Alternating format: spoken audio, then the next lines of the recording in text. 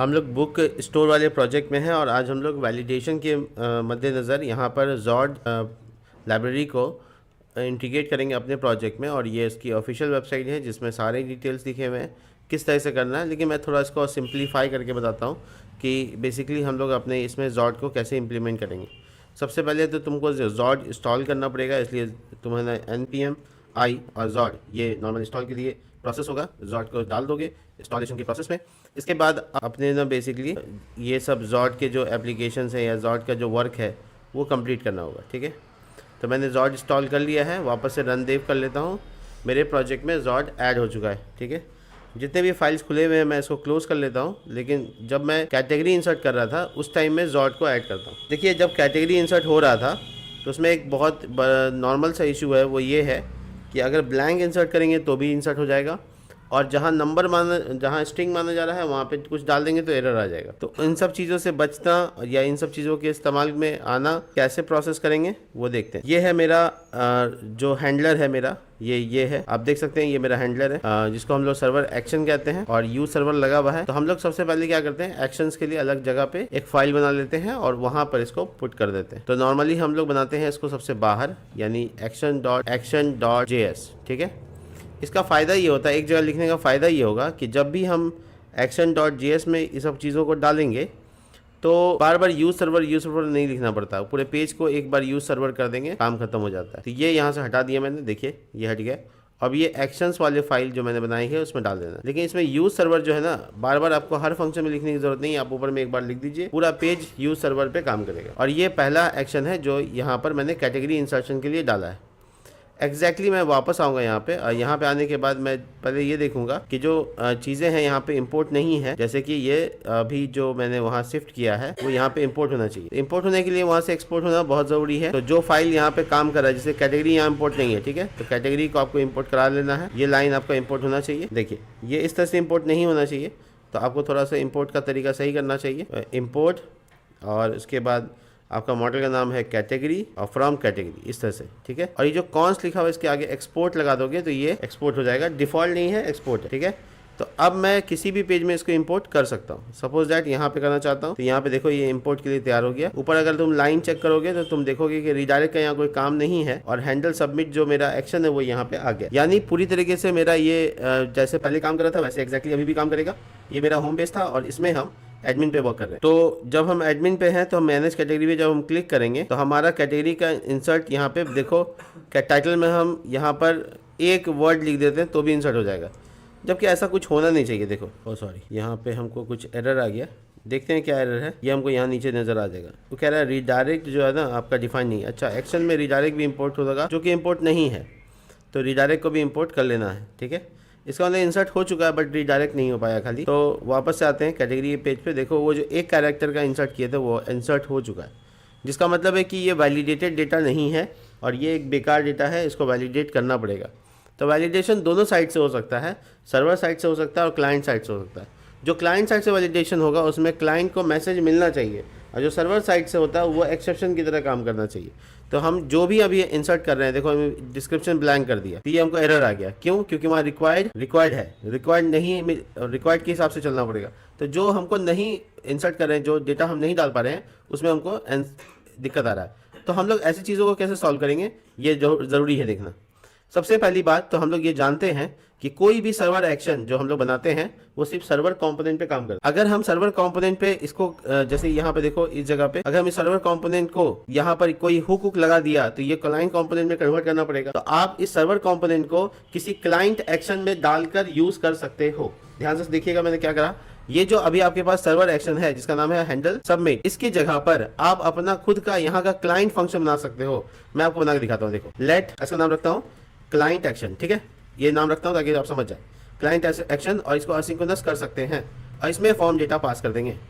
और ये देखिए, और क्लाइंट एक्शन कौन होता है जिसमें यू सर्वर नहीं लिखा हुआ, तो ये नहीं लिखा हुआ, लेकिन इसके अंदर ये ही डाल देते हैं। ठीक है, तो इसमें जो फॉर्म डेटा आ रहा है वो इसमें पास करा देते हैं। इसका क्या मतलब हुआ? इसका मतलब हुआ कि मैंने अपने सर्वर एक्शन को एक क्लाइंट एक्शन के अंदर डाल दिया। सर्वर एक्शन ये है, इसको चलाने के लिए हमको ये सारी चीजें करनी पड़ेगी। अवेट लगा देते हैं। ठीक है, सर्वर एक्शन, ये फॉर्म का स्पेलिंग भी फॉर्म डेटा। ठीक है, तो आप नोटिस करें ये जो क्लाइंट एक्शन है ये मेरा अब ऐसा एक्शन हो गया जो कि सर्वर का कंपोनेंट में नहीं चाहिए, यानी इसमें यूज सर्वर नहीं लिखा हुआ है, आप नोटिस करेंगे नहीं लिखा हुआ है, तो हम आराम से इसको यूज़ कर सकते हैं या इसको आराम से हैंडल कर सकते हैं। क्या बात है। तो हम लोग है ना बेसिकली एक ऐसा क्लाइंट एक्शन बना दिए और उसके अंदर अपना सर्वर कंपोनेंट को, सर्वर एक्शन को कॉल कर लिया। अब आप यहाँ पर एक्शन में क्लाइंट वाले को डाल दीजिए, क्लाइंट एक्शन को। तो क्या मतलब हुआ, जब भी फॉर्म सबमिट करेंगे तो क्लाइंट एक्शन पहले इंसर्ट हो एक्शन में आएगा और वो एक्शन में आने के बाद इस फंक्शन को रन कर देगा। ये फंक्शन जब रन करेगा इज इक्वल टू, हाँ, तो ये फंक्शन जब रन करेगा तो ये वाला फंक्शन रन करेगा।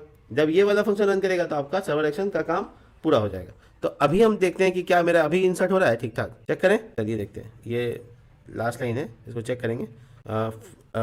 Function can not be pass directly, सही बात है।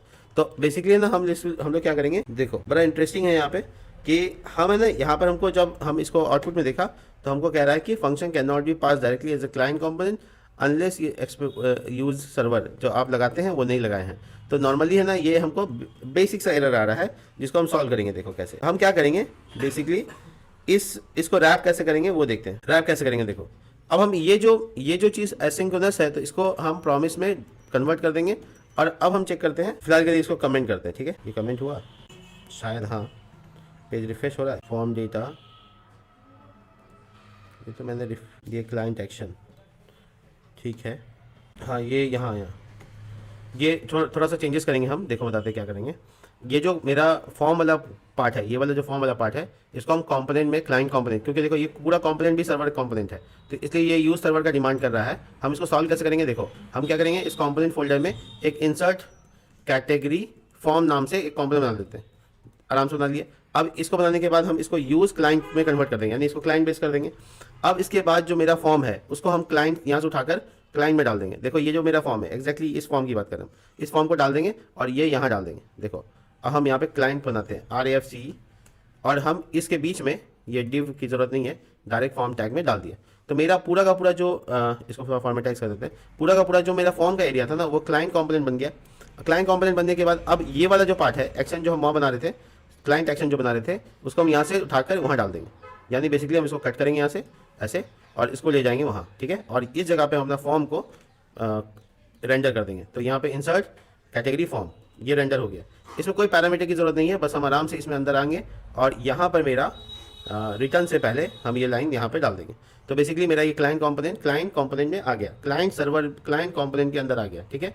अब हम ये चीज़ को ठीक ठाक देख पा रहे हैं, बट कुछ चीज़ें हैं जो यहाँ पे हमको चाहिए होगी, जैसे कि मेरा एक्शन चाहिए होगा यहाँ पे। इसके अलावा कुछ और भी अगर फंक्शंस होगा तो वो भी चाहिए होगा, जो कि पेज में अब नहीं चाहिए। आप ऊपर देख सकते हैं वो डिसेबल हो जाएगा जो नहीं चाहिए, जैसे ये नहीं चाहिए, डिसेबल हो गया। रिएक्ट की तो ऐसी भी ज़रूरत नहीं है। और अब अपना पूरा का पूरा पेज देखो ये वैसे ही काम कर रहा है जैसे पहले काम कर रहा था। अब हम क्या कर दिया कि हम मेरा डेटा जब इंसर्ट होगा तो एक क्लाइंट एक्शन में जाएगा, सर्वर एक्शन में जाकर क्लाइंट एक्शन में जाएगा और वो क्लाइंट एक्शन का डेटा सर्वर एक्शन को ट्रांसफर हो जाएगा।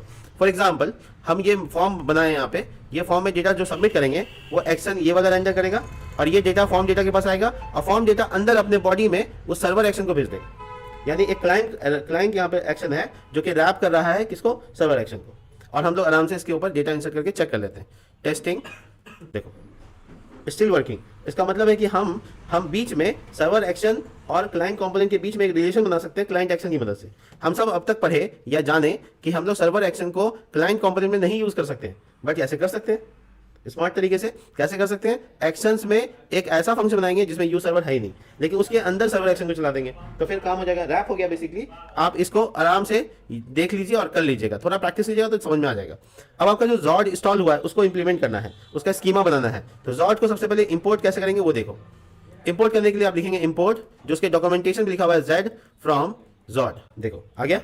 तो ये Z जो है ना, ये एक ऑब्जेक्ट है जिसकी मदद से हम पूरा वैलिडेशन का स्कीमा तैयार करेंगे। मतलब मेरे पास कौन डेटा आ रहा है, उसका डेटा टाइप क्या होगा, मिनिमम कितना होगा। मान लो मोबाइल नंबर मांग रहे हो, अब मोबाइल नंबर कोई 11 12 15 दे देगा तो मोबाइल नंबर गलत ही लिया, सही तो लिया नहीं, तो फायदा ही नहीं है। तो इसके लिए यहाँ पे वैलिडेशन जरूरी होता है। तो अब इसकी स्कीमा को हम लोग यहाँ पे बनाएंगे, कहाँ, क्लाइंट एक्शन के अंदर, और इससे पहले ये वाला काम हो जाए उससे पहले, ठीक है। तो हम इसको अभी फिलहाल के लिए कमेंट कर देते हैं। यानी मेरा अभी बेसिकली हम चाहते नहीं है कि सबमिट हो, मतलब मेरा इंसर्ट हो। तो नॉर्मली हम यहाँ पर अब अपना पूरा स्कीमा तैयार करेंगे। ये स्कीमा क्या है, ये जॉड का स्कीमा है, मॉडल या मंगूस का स्कीमा नहीं है जो पहले तुम लोग इसको ट्राई कर रहे थे। तो इसको जॉड के स्कीमा के तौर पे बनाने के लिए आप एक यहाँ पे रेफरेंस बनाइएगा। देखिए इस वेबसाइट पे आप देख सकते हैं जॉर्ड यहाँ पे बता रहा है कि कैसे करना है, तो पूरा इसी के हिसाब से जाना होगा आपको। बेसिक यूजेस में गए और देखिए यहाँ पे लिखा हुआ है, आप इस तरह से कर सकते हैं z.object ऐसा करके आप बना सकते हैं। चलिए हम आपको थोड़ा मदद करते हैं इसमें बनाने में। यहाँ पर सबसे पहले आप कोई वेरिएबल मान लीजिए, ठीक है, जैसे यहाँ पे इसने यूजर नाम से माना है, ठीक है, एग्जैक्टली वैसे ही मान लीजिए कि आपका कोई लेट और यहाँ लिख दीजिए कैटेगरी, ठीक है, और कैटेगरी के बाद आप लिखो z.object। देखो z.object यानी जॉर्ड ऑब्जेक्ट कर्ली ब्रैकेट, और इसमें आप एक कॉलम को बता सकते हो, जैसे कैट टाइटल आपका कॉलम है, ये वाला कॉलम है आपका, तो कैट टाइटल क्या होगा वो बताइए। तो जैसे कैट टाइटल आप देख रहे हैं यहाँ पे है, और उसमें बता दीजिए जॉर्ड स्ट्रिंग होगा क्या होगा वो बता दीजिए। तो आप z.string होगा ऐसे मान लीजिए बता रहे हैं। तो इसका मतलब है कि आप ये बता रहे हैं कि जो जॉर्ड का जो मेरे डेटा आएगा इंसर्ट होने के लिए वो स्ट्रिंग होना चाहिए, और मिनिमम 5 कैरेक्टर होना चाहिए, 2 कैरेक्टर होना चाहिए, आप ऐसा कर सकते हैं, मैक्सिमम इतना होना चाहिए, और बाकी चीजें जो आप चाहो वो डाल सकते हो, जितना भी चीज है वो सब डाल सकते हो। तो दूसरा है कैट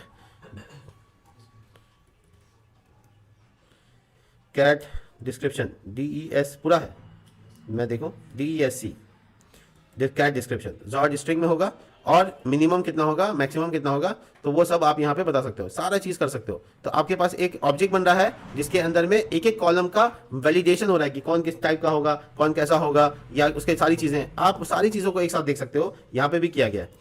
तो आप इस स्कीमा को आप क्या करोगे, यहाँ से डेटा को उठा सकते हो, या कह सकते हो कि यहाँ से डेटा स्ट्रिंग है, नंबर है, बिग इंटीजर है, बोलियन है, डेट है, सिंबल है, अनडिफाइंड है, नल है, वॉइड है, एनी है, कुछ भी आप डाल सकते हो। और ये सारे स्कीमा यहाँ पे आपको दिख रहे हैं, देखिए ये सारे के सारे। तो थोड़ा सा आप इससे फ्रेंडली हो जाइएगा तो आपका काम और आसान हो जाएगा। अब देखिए स्ट्रिंग है तो मैक्सिमम कितना है, मिनिमम कितना, उसका लेंथ कितना होगा, ईमेल है या URL है या इमोजी है या कुछ भी है, तो वो आप कर सकते हो। आगे पीछे स्पेस है तो ट्रिम कर सकते हो, कैपिटल लेटर में है कि नहीं, स्मॉल लेटर में है कि नहीं, वो सारी चीज़ें आप अपने से बना सकते हो। दूसरा ये हर वैलिडेशन का अपना एक मैसेज हो सकता है कि अगर आपने मैसेज अंदर डाल दिया इसका मतलब है कि वही मैसेज रेंडर करेगा, वही मैसेज आपको इको करेगा।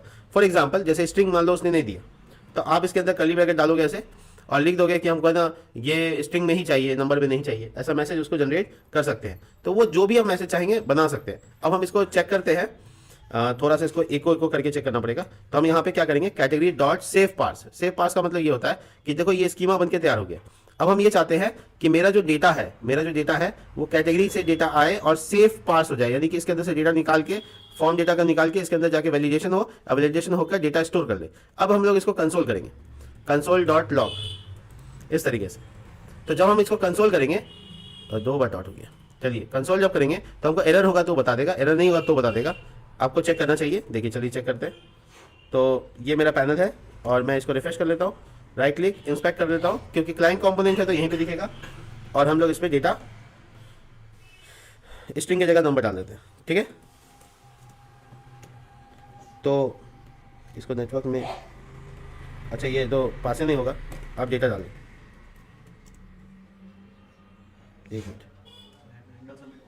मिनट हैंडल सबमिट ऑफ करना है, ऑन तो नहीं करना है। ऑन हम इसलिए नहीं करना चाहते हैं क्योंकि वो इंसर्ट कर देगा, हमको सिर्फ वैलिडेशन नहीं करना। तो देखते हैं क्या क्या चीज़ें हैं। 15-12 एरर, जस्ट मिनट, 2 इन्फॉर्मेशन। हाँ देखो सक्सेस आ गया ना। तो ये जो मेरा डेटा सक्सेस आ रहा है इसका मतलब है मेरा वैलिडेशन अकॉर्डिंगली ठीक ठाक है। अब मैं इसको चेक करता हूँ, ये देखो सक्सेस फॉल्स, ये पहले भी फॉल्स आ रहा था क्या, एक बार और देख लेते हैं। ये सक्सेस फॉल्स नहीं, एक बार चेक करना होगा। Error message invalid type string, हाँ आ जाएगा, कोई इशू नहीं है। अनडिफाइंड रिसीव, मैं जॉर्ड का डॉक्यूमेंटेशन देखूं, ठीक है। ऑब्जेक्ट तो सही बना है। अब हम लोग बाकी चीज़ें देख लेते हैं, डॉक्यूमेंटेशन के पेज को देख लेते हैं कि कैसे।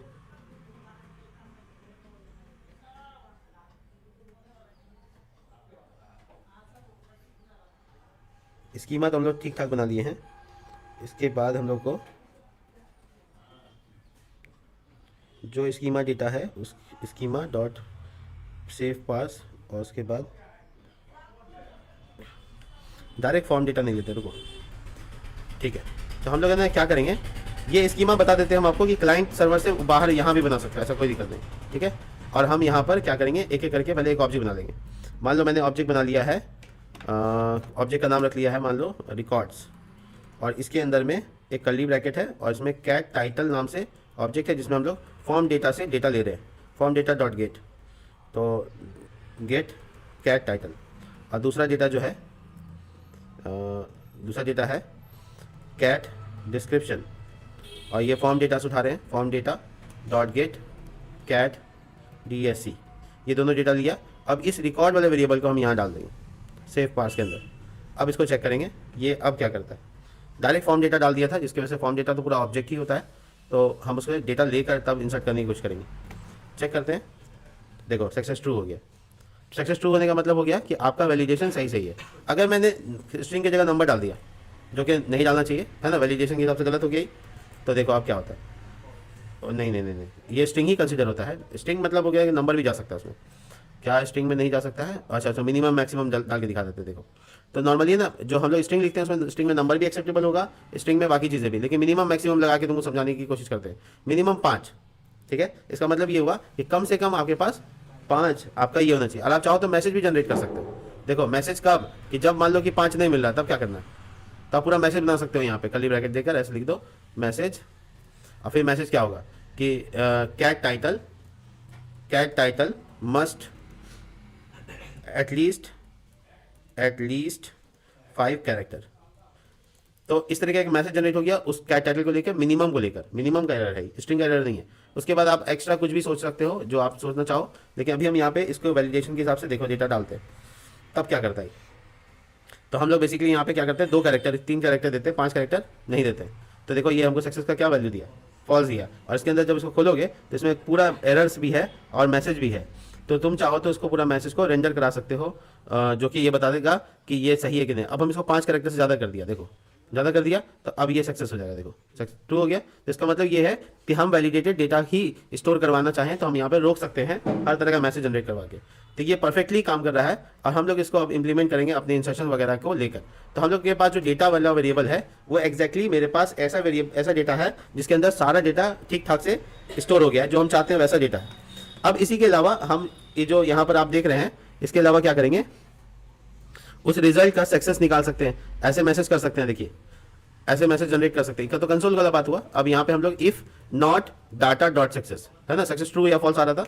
तो अगर डाटा फॉल्स दे देगा तो फिर क्या करना चाहो, तो तुम मैसेज देना चाहो तो मैसेज दे सकते हो।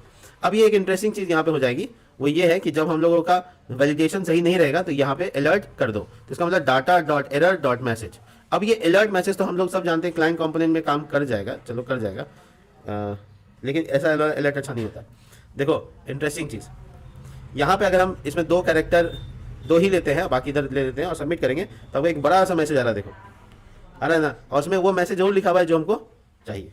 तो आप इस मैसेज को अपना पूरा का पूरा आउटपुट बना सकते हो और ऐसे दिखा सकते हो जैसे मान लो सच में वो एक मैसेज रेंडर कर रहा हो। तो हम लोग ना इसको क्या करेंगे, बड़ा इंटरेस्टिंग चीज़ है, इसको क्या करेंगे, एक बहुत अच्छी पैकेज है रिएक्ट के ऊपर, उसका नाम है टोस्ट रिएक्ट, ठीक है, टोस्ट रिएक्ट। आप इसको सर्च करोगे, ये भी नया पैकेज के बारे में बता रहे हैं हम आपको, नहीं ये नहीं, टोस्ट हॉट रिएक्ट, हाँ ये पैकेज का नाम सुनो, रिएक्ट हॉट टोस्ट, ठीक है। ये क्या करेगा, ये अलर्ट को जो देखने का जो तरीका, जो छोटा डब्बा ऊपर में आया था बड़ा घटिया सा आया था, उसको बड़ा डिजाइनफुल बना सकता है और आप उसको जल्दी से बड़ा अच्छा डिजाइन दे सकते हो। अगर आपको मेक एट टोस्ट पे जब आप क्लिक करोगे तो देखो ये इस तरह से इसे आया ना, यहाँ पे इस तरीके से आएगा। तो आप इसको इंस्टॉल करोगे और इंस्टॉल करने के बाद आप टोस्ट डॉट सक्सेस इस तरह का मैसेज को यूज़ कर सकते हो। मैं आपको एग्जांपल्स दिखाता हूँ, देखिए ये सक्सेस का टोस्ट कितना अच्छा आया, ये देखिए। तो ये जब वेबसाइट्स पे आएंगे तो ये दिखने में बड़े अच्छे लगेंगे, दिख रहा है आपको, ये भी अलर्ट ही है बट ये बड़े अच्छे डिजाइंड है। तो आप इस तरह से जब टोस्ट देखेंगे, इसको टोस्ट कहते हैं, इस एलिमेंट को, इस कंपोनेंट को हम टोस्ट कहते हैं। तो आप ऐसा डिजाइन कर सकते हो टेलविन से, CSS से, या फिर आप डार्क वर्जन में जैसे आप चाहो, प्रॉमिस से, तो सब कुछ पॉसिबल है, ठीक है। तो हम लोग ये टोस्ट को इतने वेबसाइट्स में टोस्ट लगा हुआ है, सोचिए। तो खैर, तो हम इसको इंटीग्रेट करेंगे अपने प्रोजेक्ट में, कैसे वो हम दिखाते हैं आपको। तो इसको इंटीग्रेट करने के लिए जो इंस्टॉलेशन है, इसका पैकेज है, और ये पैकेज को इंस्टॉल कर लेंगे और यहाँ पर इंप्लीमेंट कर लेंगे। तो आ जाते हैं वापस यहाँ पे, और हम लोगों ने देखा कि यहाँ पे मैसेज रहता है। तो हम लोगों ने थोड़ा सा इंस्टॉलेशन का प्रोसेस कंप्लीट करके जल्दी से देख लेते हैं कि क्या क्या चीज़ें और डाला जा सकता है। तो अब चूंकि मैसेज है ना काफ़ी लंबा हो जाएगा, हो सकता है कि डिस्क्रिप्शन का मैसेज अलग आए, फिर टाइटल का मैसेज आए, बहुत सारा मैसेज आएगा, इसलिए हमको यहाँ पे जरूरत होगा लूप चलाने का।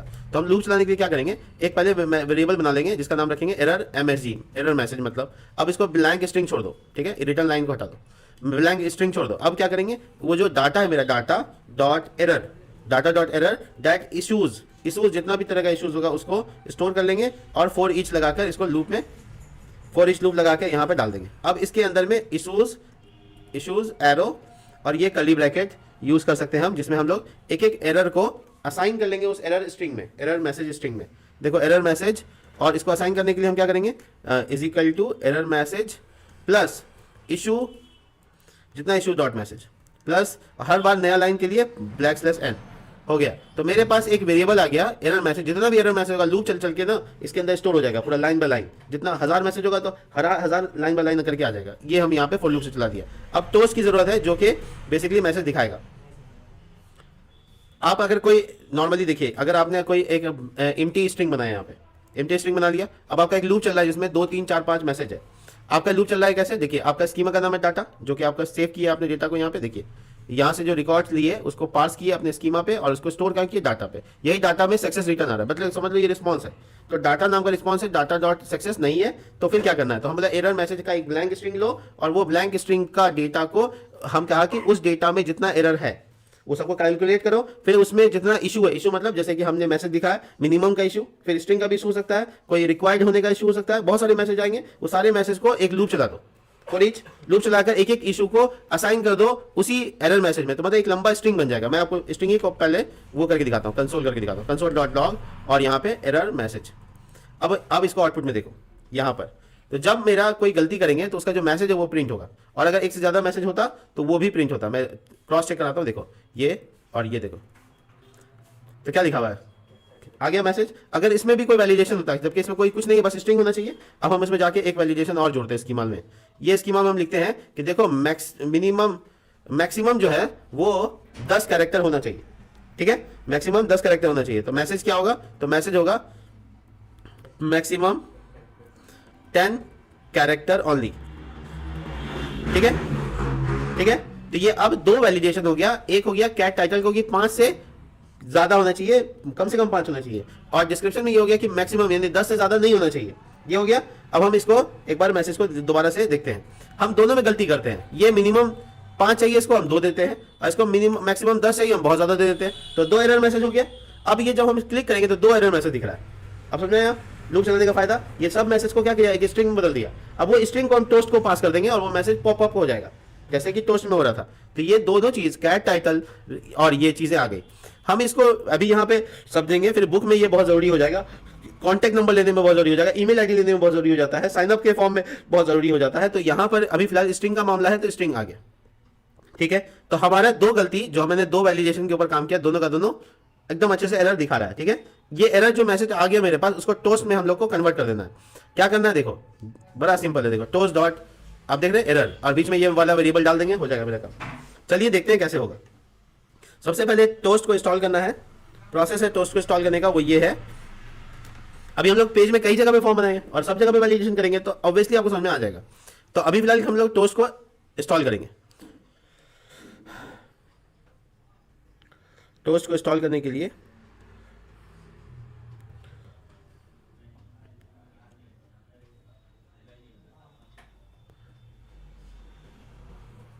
इस जगह पे खोजो, इसका कहाँ पे इंस्टॉलेशन का तरीका है, डॉक्यूमेंटेशन में मिल जाएगा तुमको। ये डॉक्यूमेंटेशन पे क्लिक करो और ये यहाँ पे बता रहा है कि npm install react hot toast, ये इंस्टॉल करना है, ठीक है। तो ये हम अपने प्रोजेक्ट पे जाएंगे और यहाँ पे हम टर्मिनेट कर देते हैं टर्मिनल को और यस कर देते हैं और ये चीज़ इंस्टॉल कर देते हैं। देखो इंस्टॉलेशन का प्रोसेस लग गया।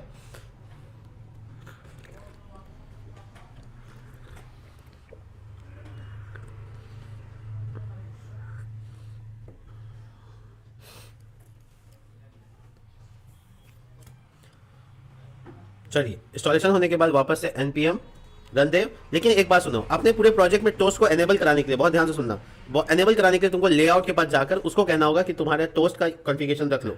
तो लेआउट इसलिए जा रहे लेआउट के पास क्योंकि बार बार नहीं जाना पड़े हर जगह।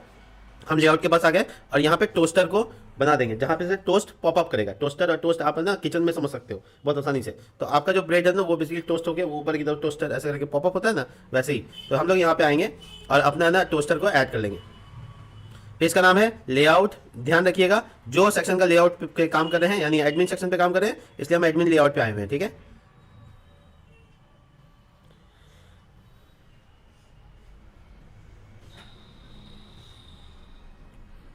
कैसे बनेगा टोस्टर वो देखो।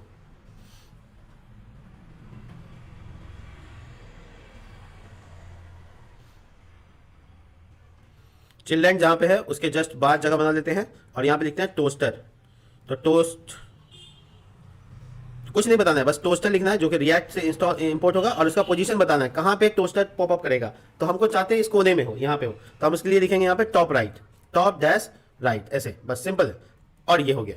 आपको इसका एंडिंग नहीं करना है। टोस्टर जो यहाँ पे बार है, सॉरी टोस्टर बार नहीं, टोस्टर गलत इंपोर्ट हो गया, टोस्टर ये वाला, ठीक है। और ऊपर जो इंपोर्ट है देखिए टोस्टर बार भी इंपोर्ट हो गया, इसको हम हटा देते हैं। ये आपका सिर्फ टोस्टर इंपोर्ट होना चाहिए। तो आपका टोस्टर का पोजीशन बता देना है किस साइड में हम चाहते हैं, नीचे चाहते हैं ऊपर चाहते हैं, वो आप यहाँ पे लिख दो, वो वहीं पे पॉपअप होगा। उसके बाद अब हमारा जो पेज है यहाँ पर अब एक्साइटमेंट आ गया है। यहाँ पे बेसिकली आप इसको देख सकते हैं, एक्साइट हो जाओगे। तो यहाँ पर बेसिकली हम जब मेरा एरर रहेगा तो हम कंसोल नहीं करेंगे, जब मेरा रहेगा एरर तो हम यहाँ पे टोस्ट करेंगे, ठीक है। टोस्ट जो कि इंपोर्ट होगा बेसिकली डॉट एरर। अब ये जो टोस्ट है ये आपका इंपोर्ट है कि नहीं है वो देख लो, नहीं है तो आपको इंपोर्ट करना है। इंपोर्ट टोस्ट फ्रॉम टोस्टर, वही जो हॉट टोस्टर है वहां से। तो देखो ये सब कुछ ठीक रहा तो अच्छा सा ये जो आता है ये भी टोस्ट है। ये जो एरर आता है आपको रिएक्ट वाला, पेज को रिलोड करते हैं। अब वेट करते हैं देखने के लिए कि ये पेज को रिलोड करने के बाद क्यों नहीं रिलोड हो रहा है, जल्दी हो। ट्राई टू किल, हाँ चेकआउट। देखिए तो मैं यहाँ पे लिख रहा हूँ दो एरर करने के लिए, दो कैरेक्टर देता हूँ, इसमें बहुत ज़्यादा देता हूँ, दोनों एरर हो गया। और ये क्या हुआ, मुझे एरर न देकर ये मुझे क्या एरर दे रहा है वो देखते हैं। इंसर्ट कंपोनेंट में टोस्ट, अच्छा अच्छा अच्छा अच्छा, देखो जो टोस्ट हम इंप्लीमेंट किए उसमें कुछ गलती हो गया, गलत जगह से इंपोर्ट हो गया या कंपोनेंट का नाम गलत हो गया। ओह मैं समझ गया। देखिए ये मेरी गलती है, यहाँ पे जो टोस्ट इंपोर्ट हुआ वो आपका एक्सपोर्ट डिफॉल्ट की तरह होगा, तो टोस्ट ऐसे, ठीक है। ये स्पेलिंग सही है ना। चलिए एक बार रिफ्रेश और आ जाते हैं कैटेगरी के पास और आ जाते हैं यहाँ पे, गलती करते हैं, दो कैरेक्टर यहाँ देते हैं, सिर्फ दो कैरेक्टर यहाँ दिया और यहाँ बहुत सारा, तो दो दो एरर मैसेज। और देखिए ऊपर में आ गया cat title at least 5 character maximum 10 character only. लेकिन ये नहीं पता चल रहा है कि कौन चीज़ का एरर है, मतलब उसका डेटा नहीं पता चल रहा है कि कौन से कॉलम के बारे में बात हो रहा है। तो मैसेज को थोड़ा सा स्टाइलिश करते हैं और इसमें ये जो कैट टाइटल लिखा हुआ है इसको हटा देते हैं, ठीक है। इसको हटाने के बाद हम यहाँ पर जब मैसेज जनरेट कर रहे हैं तो हम चाहते हैं एरर मैसेज से आगे, मतलब बेसिकली एरर मैसेज से आगे एरर के कॉलम का नाम आ जाए कि कौन से कॉलम का ये एरर है। तो उसके लिए हम यहाँ पर इशू का पाथ यहाँ पे असाइन कर लेंगे। बेसिकली देखते हैं क्या कर सकते हैं हम यहाँ पे। देखिए हम क्या करेंगे, error message is equal to के बाद हम यहाँ लिखेंगे इशू मतलब जो प्रॉब्लम आ रहा है, ठीक है। इशू डॉट पाथ मतलब कहाँ का है और उसका 0 इंडेक्स होता है, वहाँ पे एक्चुअल में एरे है, वो मैं कर रहा था तो मुझे याद है कि यहाँ पे एरे था, तो इसलिए हम 0 लगा रहे हैं और प्लस, और यहाँ पे चाहते हैं कॉलन साइन आ जाए, कॉलन साइन जो इसको अलग करेगा, प्लस तब एरर मैसेज आए। आप इसको कंप्लीट कर सकते हैं। ओह सॉरी, ये यहाँ नहीं डाल के इधर डालना, मतलब एरर मैसेज और उसके बीच में, ये हो गया कंप्लीट। अब हमको लगता है कि कॉलम के नाम भी प्रिंट होंगे, 2 कैरेक्टर और इसमें ज़्यादा कैरेक्टर, 2 एरर।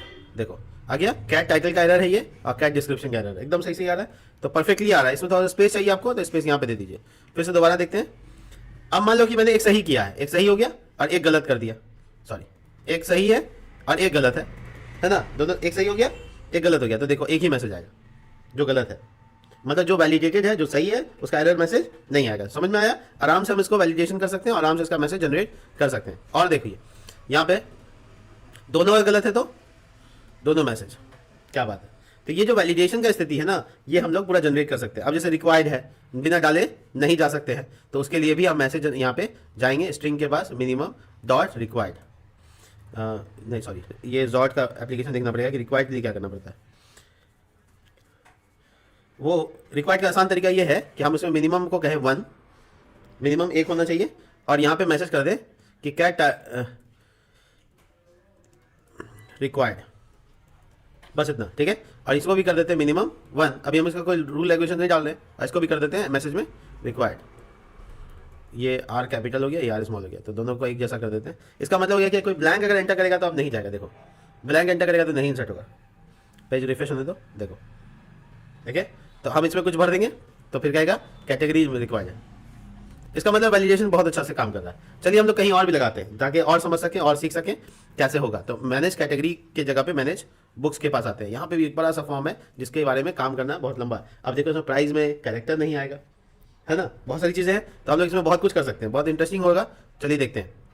तो हम लोग इंसर्ट का जो फॉर्म है हमारा बुक का पेज ये है, ठीक है। अब इसको भी कैसे हम उस तरीके से ढालेंगे इसी वीडियो में आपको बताते हैं। जल्दी से देखिए, ये जो पूरा फॉर्म है, ये पूरा जो पूरा फॉर्म है, इसको पहले क्लाइंट कंपोनेंट में कन्वर्ट करना है, पहला स्टेप। तो आप यहाँ पे कंपोनेंट बनाइएगा और नाम रखिएगा insert book form dot JSX RAFC, ठीक है। और आपका जो पूरा फॉर्म है वो यहाँ पे इंपोर्ट, ठीक है। दूसरी चीज़ ये है कि सबसे पहले आपको यहाँ पे क्या लिखना है, यूज क्लाइंट, तभी तो क्लाइंट कंपोनेंट में कन्वर्ट होगा। इसके बाद आपको यहाँ पे एक एक्शन बना लेना है जिसको हम क्लाइंट एक्शन कहेंगे। तो हम यहाँ पे कॉन्स्ट या लेट्स बना सकते हैं और लिख देते हैं यहाँ पे इंसर्ट बुक क्लाइंट एक्शन, ठीक रहेगा, असिंक्रोनस। और इसके बाद फंक्शन का स्ट्रक्चर, और ये देखो ये यहाँ पे गलती क्या हो रहा है, इक्वल एरो का साइन। देखो अब ये जो मेरा हैंडल सबमिट है ये इसके अंदर आएगा और यहाँ पे अवेट में लग जाएगा। तो हैंडल सबमिट ये एक्शन से आएगा, और सॉरी ये हैंडल सबमिट नहीं है, ये इसका हैंडल सबमिट अलग होगा ना। तो हम लोग जाएंगे यहाँ पे पहले इंसर्ट के पेज पे, इस पेज पे जाएंगे और देखो यहाँ पे मेरा यहाँ पे पूरा एक्शन बना हुआ है, सर्वर एक्शन। तो इस सर्वर एक्शन को यहाँ से कट करना है, ध्यान से देखिएगा, कट कर लिया। अब इसको एक्शन वाले पेज पे लेके गए, लेकिन अब दो कॉन्फ्लिक्ट हो गया क्योंकि दोनों का फंक्शन नाम handle submit to insert book, ठीक है, हाँ समझ में आया। तो हम इसका नाम को चेंज कर दिए। अब आपको यहाँ क्या क्या चीज़ रिक्वायर्ड है, जैसे बफर ज्वाइन ये सब इंपोर्ट करके यहाँ देना होगा आपको, नहीं तो सारा काम तो नहीं हो पाएगा। अब आप आ जाइए वापस यहाँ, तब यहाँ सॉरी इंसर्ट कंपोनेंट में यहाँ पे अब आप इसके अंदर में अवेट लगाइए और अवेट लगाने के बाद उस फंक्शन का नाम लिख दीजिए और इसमें फॉर्म डेटा आपको पास कर देना है। फॉर्म डेटा यहाँ एक्सेप्ट होगा, फॉर्म डेटा क्लाइंट से उठ के सर्वर में घुस जाएगा, तो आराम से इसमें एक्शन ले सकते हैं। और एक चीज़ बहुत इंपॉर्टेंट है वो ये यहाँ पे फंक्शन का नाम, तो इंसर्ट बुक क्लाइंट एक्शन ये डाल दिया। अब आपका ये डेटा यहाँ से फेच होगा, यहाँ से चला जाएगा, एकदम सही है। बस हम लोग को थोड़ा काम और करना है, वो ये है कि ये तीनों चीज़ यहाँ पे कट कर लेना है। इवन रीडायरेक्ट तो वहाँ है, ये रीडायरेक्ट के लिए नहीं कुछ करना है, रीडायरेक्ट यहाँ से हटा ही देना है। तो यहाँ से सब कुछ हट गया। अब हम लोग आएंगे यहाँ पे क्लाइंट कंपोनेंट में और इसको ऊपर में इंपोर्ट कर देंगे, जो जो चीज़ चाहिए था वो इंपोर्ट हो गया। इसके बाद आपका ये वाला इंपोर्ट एक्शन नहीं चाहिए, सॉरी यहाँ नहीं करना था, एक्शन में लेके जाना था, माई बैड। एक्शन में आ गए और एक्शन में ये सब चीज़ें यहाँ पे लगा दी। जिसके बाद आपको जो जो चीज़ चाहिए, ज्वाइन चाहिए, राइट चाहिए, ये सारी चीज़ें आ गए। अब इसके अलावा आपका ये जो फंक्शन है ये एक्सपोर्ट होगा, एक्सपोर्ट नहीं होगा तो वहाँ इंपोर्ट नहीं हो सकता, तो आपको एक्सपोर्ट कर लेना है और ये आपका सर्वर एक्शन यहाँ से एक्सपोर्टेड है। देखिए बहुत बढ़िया। तो आपका सारा चीज़ यहाँ पे वंडरफुल वर्क कर रहा है। आप इसमें एक बार इस कंपोनेंट को यहाँ कॉल करना होगा, ये कंपोनेंट है और ये कंपोनेंट आपको कहाँ कॉल करना होगा, इस जगह पे। तो हम यहाँ पे आएंगे और लिखेंगे इंसर्ट बुक फॉर्म। अब ये चेक करो, तो आप इतना सेटअप करने के बाद एक बार इसमें इंसर्ट करके देख लो। देखो यहाँ कॉलिंग कैट करके जो है ना वो नहीं आ रहा है, तो कॉलिंग कैट एक्चुअल में एक्शन के पास आया था, हाँ फॉर्म के बीच में कैटेगरी बुलाए थे ना, वो वाला मामला है। तो ये यहाँ पे आपको इंपोर्ट करना होगा। देखो इस बुक वाला में ये देखो यहाँ पे कॉलिंग कैट करके है ना, तो ये एक्चुअल में ऊपर में इंपोर्ट नहीं है। तो कोई बात नहीं, आप इंसर्ट के कोड में जाइए, वहाँ पे कॉलिंग कैट हो रहा है, उसको कट कीजिए और ध्यान रहे साथ में क्या लेके जाना है आपको, इंपोर्ट लाइन भी लिख के जाना है। तो आप दोनों चीज़ लेके जाइए और बुक को यहाँ पे पहले तो आप इंसर्ट बुक में यहाँ पे इसको कॉलिंग लाइन को कट कर लीजिए और ये यहाँ पे आपका पेज का फाइल का नाम है इंसर्ट, ये वाला हो गया। अब इसको असिंक्रोनस करना होगा आपको, असिंक, और डेटाबेस का कनेक्शन मत भूलिएगा, नहीं तो ये सब चीज़ तो मैं उल्टा लिख रहा हूँ, कनेक्ट DB, ये कनेक्शन आपका एस्टैब्लिश हो गया। तो मोटे मोटे तौर पे आपका सारा काम यहाँ पे हो गया लगभग। अब आपको अपना पेज चेक करना चाहिए और इसमें देखना चाहिए कि आपका फॉर्म पूरा आ रहा है कि नहीं आ रहा है। आ रहा है, बट यहाँ पे कैटेगरी का मॉडल इंपोर्ट में एरर आ रहा है, क्यों? एक minute, let's me check. Category dot map ये तो ठीक है यहाँ पे, और यहाँ पे इंपोर्ट मॉडल का जो सीनैरियो है वो भी ठीक है। और क्या दिक्कत आ सकता है? इंसर्ट के पेज में डेटाबेस का कनेक्शन इसकी ज़रूरत है नहीं, और ये कंपोनेंट चलेगा, ये DB कनेक्शन का लाइन की ज़रूरत नहीं है। कुछ तो नोटिस कर रहे हैं हम लोग यहाँ पे, है ना। Model category can not read undefined category, वो एक्चुअली में कॉल कर रहा है। अच्छा अच्छा अच्छा, रियली सॉरी, सुनो सुनो सुनो, क्या बात है, मैं जरा सा भी ध्यान नहीं दिया। ये जो तरीका है जिसको कॉलिंग करते हैं हम लोग इस तरीके से, ये क्लाइंट कंपोनेंट में हो ही नहीं सकता ऐसे। ये जो कॉलिंग का तरीका डायरेक्ट वेरिएबल बना लेना, इसको वहाँ से जाओ, वहाँ से प्रॉप्स करके लेते आओ, बड़ा आसान हो जाएगा। देखो ये चारों लाइन को ऐसे कट कर लिया और इंसर्ट के पेज में जैसे था वैसे छोड़ देना है, कोई मेहनत नहीं है। आप कहने ये दोनों इंपोर्ट लाइन के ऊपर कर दो, हम एक साथ लाने के लिए एक जगह कर दिया था, ये इंपोर्ट लाइन ऊपर चला गया। अब ये कॉलिंग कैट जो है ना, ये आपको प्रॉप्स में पास कर देना है। Calling cat is equal to calling cat, बस सिंपल। तो अब आपका जो कॉलिंग कैट है वो इंसर्ट हो गया है प्रॉप्स के माध्यम से, और ये प्रॉप्स में आपका कॉलिंग कैट आ गया। इसका प्रॉप्स में जब आ गया तो ये आपका वेरिएबल अनडिफाइंड नहीं होगा, ये वाला हो गया काम। कनेक्शन जरूर चेक कर लीजिएगा, क्योंकि इंपोर्ट वहाँ से कट करके लाए हैं तो आपका कनेक्शन लाइन चेंज हो जाएगा। तो आपको कुछ नहीं करना है, बस इसको मिटा देना है, वापस से बी को मिटा के दोबारा से इंपोर्ट करा देना है। दोबारा से कीजिए, देखिए आ गया, हो गया, परफेक्ट। वेट कीजिए रिलोड होने का, सब कुछ ठीक ठाक होगा। असिंक्रोनस क्लाइंट में असिंक्रोनस चला गया ना, हाँ इसकी ज़रूरत नहीं है।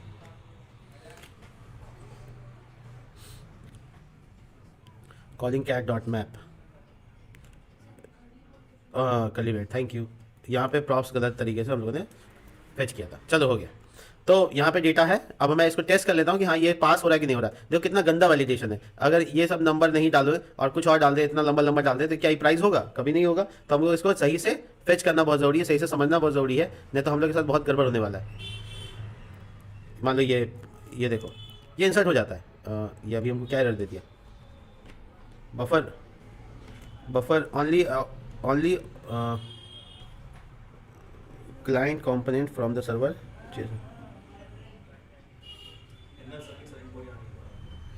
हैंडल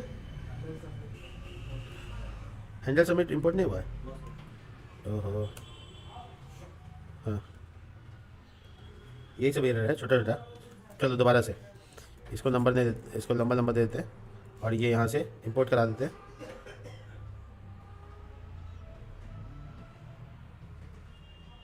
डिस्क्रिप्शन देखो इंसर्ट हो गया, इसका मतलब है कि हम उसको क्लाइंट कंपोनेंट में कन्वर्ट करने में सक्षम हो गए। यहाँ के बाद हमको वैलिडेशन पे काम करना है। अब बहुत मुश्किल नहीं है, एकदम आसान है। देखो वापस से देखो कितना आसान है। ये मेरा क्लाइंट वाला है जो अभी हम लोगों ने बनाया है, उसके अंदर रैप कर दिया किसको, सर्वर को। तो फिलहाल के लिए इसको कमेंट कर देते ताकि जब हम सबमिट करें तो ऐसा नहीं हो। तो हम इसका स्कीमा बनाएंगे, देखो लेट, अब इसका नाम रख लेते हैं मान लो बुक वैलिडेशन स्कीमा, ठीक है। अब हम इसमें जेड को बुला लेंगे, जेड क्या है मेरा, जॉट से आएगा, ठीक है। तो जॉट डॉट ऑब्जेक्ट, और ऑब्जेक्ट के अंदर आप कर्ली ब्रैकेट में बना दीजिए सारे कॉलम का नाम। तो आपको सब फॉर्म के कॉलम के नाम पता होने चाहिए, जैसे टाइटल, ऑथर वगैरह वगैरह सब कुछ। तो टाइटल आपको पता है, ऑथर, प्राइस। अब आपको कौन सा टाइप में क्या डालना है वो बताइए। टाइटल स्ट्रिंग होगा, ऑथर स्ट्रिंग होगा, ये नंबर होगा, नंबर, ठीक है। अब नंबर में आप बता सकते हैं कि हमको ये डिस्काउंट प्राइस भी क्या चाहिए, नंबर भी चाहिए, ठीक है। और कवर इमेज स्ट्रिंग होना चाहिए, और ये डिस्क्रिप्शन, और ये कैटेगरी, ठीक है। कैटेगरी आपका क्या पास होता है, स्ट्रिंग पास होता है, हाँ नंबर से लंबा चौड़ा। तो आपका स्कीमा में जितना वैलिडेशन है सब डालिए इसमें।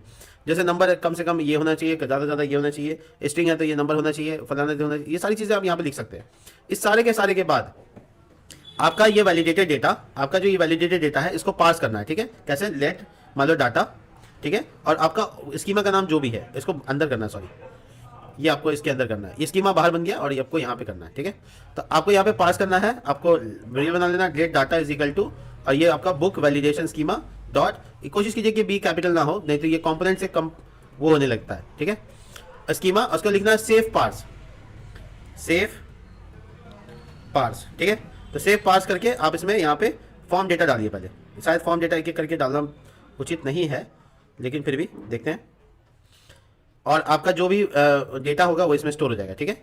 अब आपका जो भी डेटा है वो स्टोर हो जाएगा। अगर आपको लगता है कि नहीं ये डेटा में हमको दिक्कत आएगा, तो आप क्या कीजिएगा, इसको डीस्ट्रक्चरिंग की तरह रिकॉर्ड्स बनाकर एक एक करके अलग अलग कर लीजिए। तो आप ना ऐसे करके ऑब्जेक्ट बना लीजिए और ऑब्जेक्ट कैसे बंद कर लीजिए, और इसके बीच में आप एक एक कॉलम को अलग अलग डिफाइन कर दीजिए। जैसे ऐसे देखो, फॉर्म डेटा डॉट गेट, और ये टाइटल, ठीक है। और ऐसे ही सबका सबको कर दीजिए, मतलब आप author, price, discount price, cover, सबके सब डेटा को उठाइए और लेते आइए। अब आप ये रिकॉर्ड वेरिएबल को यहाँ डालिए, ना कि आप फॉर्म डेटा को डायरेक्ट डालिए। अब आपके पास डेटा है जो कि वैलिडेशन के बाद आपको मिला है। आप यहाँ पे पूछ बोलिए कि क्या ये डेटा सक्सेस नहीं है। अगर नहीं है, क्या ये डेटा सक्सेस नहीं है, अगर नहीं है तो हम लोग एक वेरिएबल बनाइए एरर मैसेज के लिए। देखिए एरर मैसेज MSG, और बनाने के बाद इसको ब्लैंक छोड़ दीजिए और उसके बाद इसका लूप चला दीजिए। लूप चला देने का मतलब है कि आपका जो डाटा का जितना एरर है, एरर नहीं, एरर डाटा डॉट, देखिए सेम एग्जैक्टली वैसे करना है, एरर डॉट इशू, या आप जा सकते हैं इस तरह से।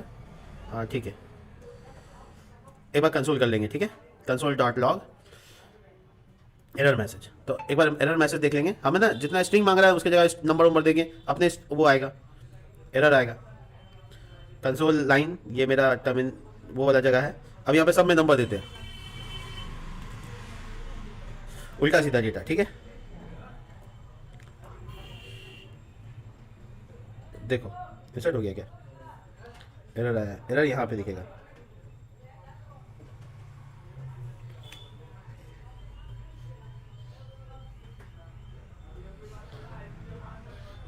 जो बफर डेटा वो एक्चुअल में ना इसका जो डेटा रिकवर इमेज का, वो पूरा डेटा नहीं उठाना, डॉट नेम लगाना होगा उनको, उसको वैलिडेट करना होगा, नाम को। फिर से एक बार इसमें स्ट्रिंग डाल देते हैं, नंबर मांग रहे थे, स्ट्रिंग डाल देते हैं, उल्टा सी, मतलब जो मांग रहा है उसका उल्टा देके देखते हैं। कुछ एरर अभी भी है, क्या एरर है,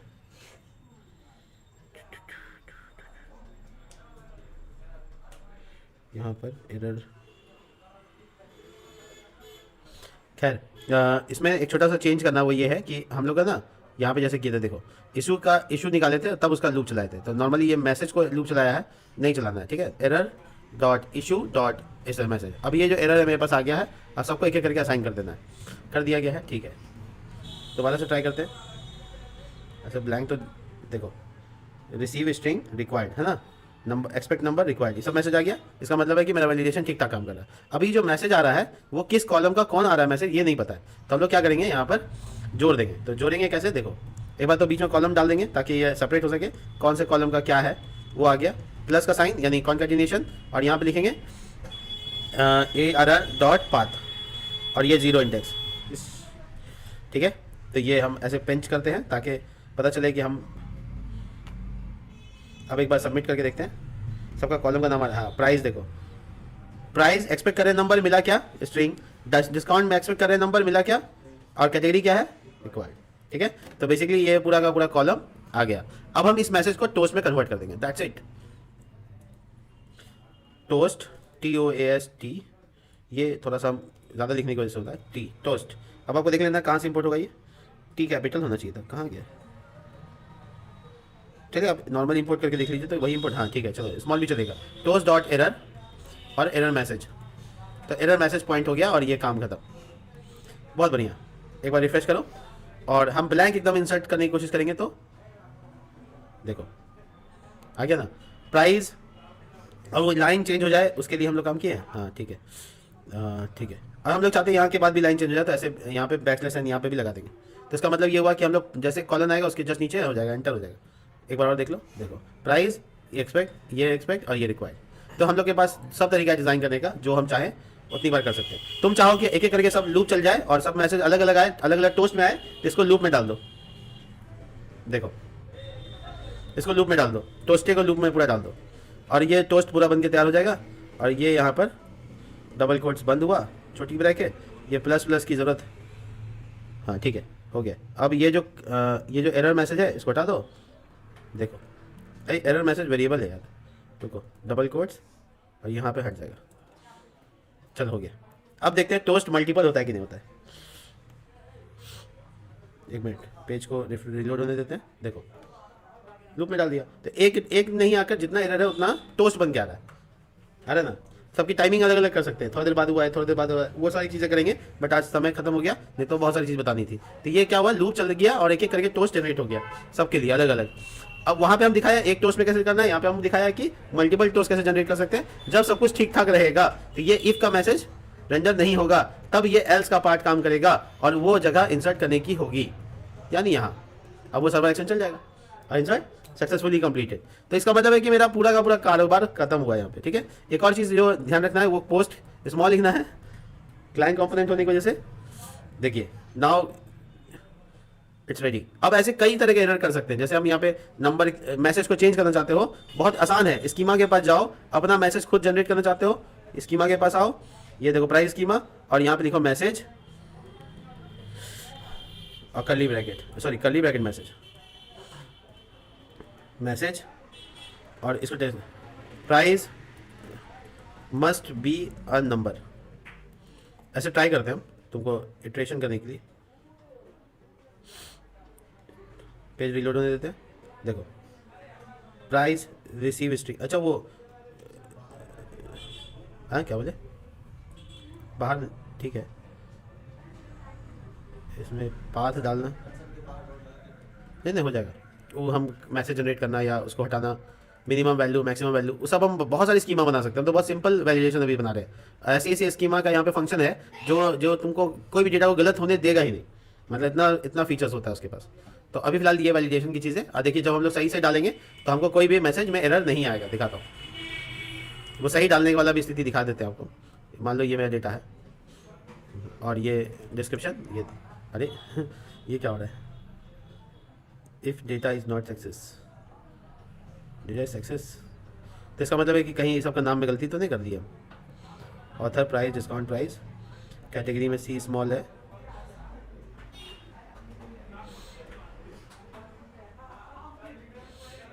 अच्छा चलो ठीक है सर।